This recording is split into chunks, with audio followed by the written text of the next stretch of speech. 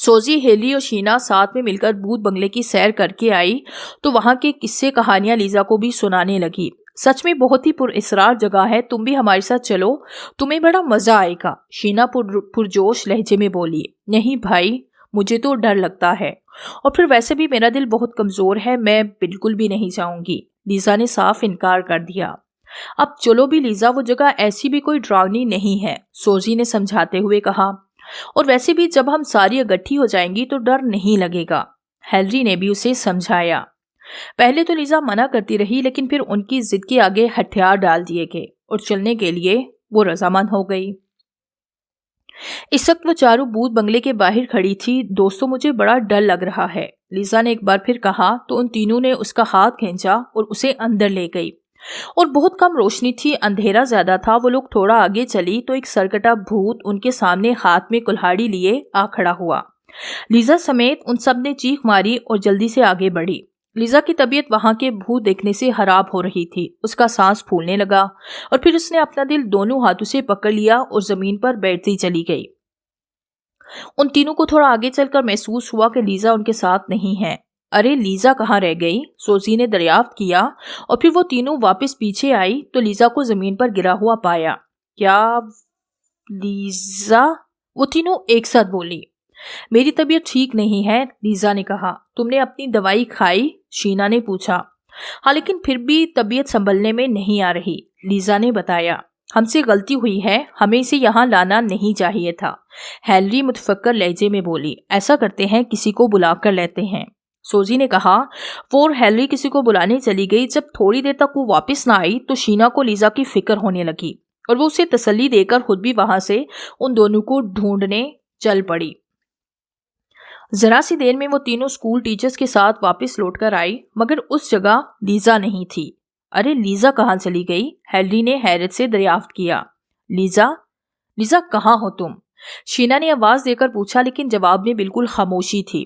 یہ سب کیا ہے؟ کیا تم تینوں ہمیں بیوقوف بنا رہی ہو؟ ایک ٹیچر نے غصے سے کہا۔ نہیں، ایسا نہیں ہے، لیزا کی طبیعت واقعی خراب ہو گئی ہے، اور وہ ابھی یہیں تھی، سوزی روتی ہوئی شکل بنا کر بولی۔ ہاں، لیکن وہ اب کہاں ہے؟ ٹیچر نے غصے سے کہا۔ وہ ضرور یہیں کہیں ہوگی، ہم اسے ڈھونڈتے ہیں، شینا نے کہا، اور پھر ٹیچر سمیت ان تینوں نے سارا بھوت بنگلہ دیکھ ڈالا، لیکن وہاں سوائے بھوتوں اور چڑیلوں کو کچھ بھی نہیں تھا۔ پرنسپل صاحب تک یہ بات پہنچ گئی۔ لیزا کو پورے ہاسٹل میں تلاش کیا گیا، لیکن وہ نہ ملنی تھی اور نہ ہی ملی۔ کچھ سمجھ میں نہیں آ رہا تھا، آخر اسے آسمان کھا گیا یا زمین نکل گئی۔ پرنسپل صاحب نے متفکر لہجے میں ان تینوں سے کہا۔ وہ تینوں پرنسپل صاحب کے سامنے کرسی پر بیٹھی رو رہی تھی۔ سر پلیز کچھ کیجئے، کسی بھی طرح اسے ڈھونڈ نکالیے، سوزی روتے ہوئے بولی۔ گھبراؤ مت، میں پولیس کو فون کرتا ہوں، پرنسپل صاحب نے کہا، اور پولیس کو فون کر کے بلا لیا۔ پولیس نے بھوت بنگلے اور سب کے کمرے کا اچھی طرح سے جائزہ لیا، لیکن کوئی ثبوت نہ ملا۔ پولیس بھی ناکام و نامراد واپس لوٹ گئی، اور اس طرح پورے اسکول میں لڑکیوں پر بھوت بنگلے کا خوف سوار ہو گیا، اور ایسی بہت سی افواہیں پھیل گئی کہ یہ بنگلہ دراصل آسیب زدہ ہے۔ لیزا کو لاپتہ ہوئے 2 دن گزر چکے تھے۔ پولیس اپنا کام کر رہی تھی، لیکن ابھی تک کوئی سراغ نہ مل سکا تھا۔ اس وقت رات کے 12 بج رہے تھے۔ تمام لڑکیاں اپنے اپنے بستروں پر مزے سے نیند کے مزے لوٹ رہی تھی، لیکن وہ تینوں ابھی تک جاگ رہی تھی۔ میں لیزا کے آگے اس کے بغیر بہت اداس ہو رہی ہوں، سوزی نے کہا۔ اور میں بھی، ہلیری نے بھی بچوں کی طرح روتے ہوئے کہا۔ ہم سبھی نے اس کے چلے جانے سے اداس ہیں، شینا نے ایک آہ بھرتے ہوئے کہا کہ اچانک ہی انہیں کمرے کے باہر سے کسی لڑکی کی سرگوشی سنائی دی، جیسے کوئی کسی کو مدد کے لیے بلا رہا ہو، اور پھر ایک نسوانی کہا سنائی دیا۔ او میرے خدایا، یہ کیسی آواز تھی؟ ہیلری نے کانپتے ہوئے پوچھا۔ چلو چل کر دیکھتے ہیں، سوزی نے بستر سے نکلتے ہوئے کہا۔ ہاں چلو دیکھتے ہیں، شینا بھی جھٹ سے بولی۔ کہیں پاگل تو نہیں ہوگی تم لوگ، یہ آواز ضرور بھوت بنگلے کے بھوت کی ہے، اس نے پہلے لیزا کو غائب کیا، اور اگر اب ہم وہاں گئے تو ہماری بھی خیر نہیں۔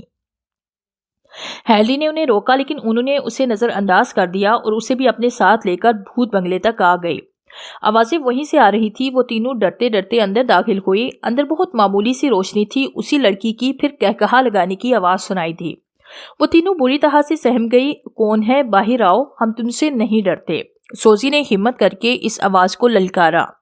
سوزی پلیز اسے یہاں مت بلاؤ۔ ہیلری نے سوزی کو ٹوکا کہ اچانک ہی ایک بھیانک شکل کی لڑکی حلق سے ڈراؤنی آوازیں نکالتی ان کے سامنے آ کھڑی ہوئی۔ ان تینوں کے منہ سے بے ساختہ چیخیں نکلنے لگی۔ اس بھیانک لڑکی نے انہیں دھکا دے کر زمین پر گرا دیا اور پھر اپنا بایاں ہاتھ فضا میں بلند کیا جس میں ایک چھڑی تھی۔ وہ تینوں چلانے لگی۔ تبھی وہ لڑکی اپنا سیدھا ہاتھ چہرے تک لے گئی اور اس نے اپنا ماسک اتار پھینکا۔ اب ان کے سامنے کوئی اور نہیں بلکہ لیزا کھڑی تھی۔ کیا لیزا، یہ تم؟ شینا نے حیرت سے پوچھا۔ ہاں میں لیزا، میں نے تم لوگوں کو بھوت بن کے ڈرایا، لیزا نے سپاٹ لہجے میں کہا۔ لیکن کیوں؟ سوزی نے دریافت کیا۔ کیوں سے تمہارا کیا مطلب؟ اتنی بھولی تو نہیں ہو تم لوگ؟ جب سے میں اس ہاسٹل میں آئی ہوں تم لوگ مجھے ڈراتی دھمکاتی رہتی ہو۔ تم لوگوں کی شرارتیں بند نہیں ہوتی۔ تم لوگوں نے مجھے اتنا ستایا، اس کے باوجود بھی کہ میرا دل کمزور ہے اور میں اس کی دوائی بھی کھاتی ہوں۔ میں نے تم لوگوں سے بدلہ لینے کی سوچی۔ جس دن تم لوگ مجھے بھوت بنگلے لے کر گئی تھی میں نے طبیعت خرابی کا ڈرامہ کیا، اور جب تم لوگ میرے پاس سے ہٹی تو میں وہاں سے غائب ہو گئی۔ میں تم لوگوں کو ڈرانا چاہتی تھی، تم سے بدلہ لینا چاہتی تھی، جیسے کہ تم لوگوں نے مجھے ستایا، میرا مذاق بنایا، لیکن اب تم نہیں بچو گی۔ اتنا کہہ کر لیزا ہاتھ میں چھڑا لے کر آگے بڑھی۔ تبھی اچانک ایک لال بیگ لیزا کے ہاتھ پر گر گیا تو اس نے چیخ مار کے اسے ہٹایا، لیکن اب اس کی طبیعت خراب ہو چکی تھی۔ ویسے بھی کیڑے مکوڑوں سے تو اسے بے حد ڈر لگتا تھا۔ وہ بری طرح سے کانپ رہی تھی۔ اس نے اپنا دل پکڑ رکھا تھا۔ لیزا سوزی گھبرا کر چیخی اور پھر وہ تینوں جلدی جلدی اسے اس کی دوائی کھلانے لگی۔ دوائی کھانے کے بعد اس کی طبیعت سنبھلی۔ لیزا کیا ہم پھر سے دوست نہیں بن سکتے؟ شینا نے پوچھا۔ تم لوگ اس سب کے باوجود بھی مجھ سے دوستی کرنا چاہتی ہو کہ میں نے ابھی تمہیں جان سے مارنے کی کوشش کی، لیزا نے شرمندہ ہوتے ہوئے کہا۔ ہاں ہم تب بھی تم سے دوستی کرنا چاہتی ہیں۔ غلطی سبھی سے ہوتی ہے، تم اسے اگر غلطی ہو جائے تو ہم سے بھی ہوئی ہے۔ ہم نے تمہارا ایسا خیال نہیں رکھا جیسے ہمیں رکھنا چاہیے تھا، سوزی نے کہا، اور پھر ان تینوں نے لیزا کی طرف ہاتھ بڑھا دیا۔ چلو لیزا ایک نئی شروعات کریں، ہیلری نے کہا۔ پہلے تو لیزا جھجکی لیکن پھر اپنا ہاتھ ان کے ہاتھ میں دے دیا۔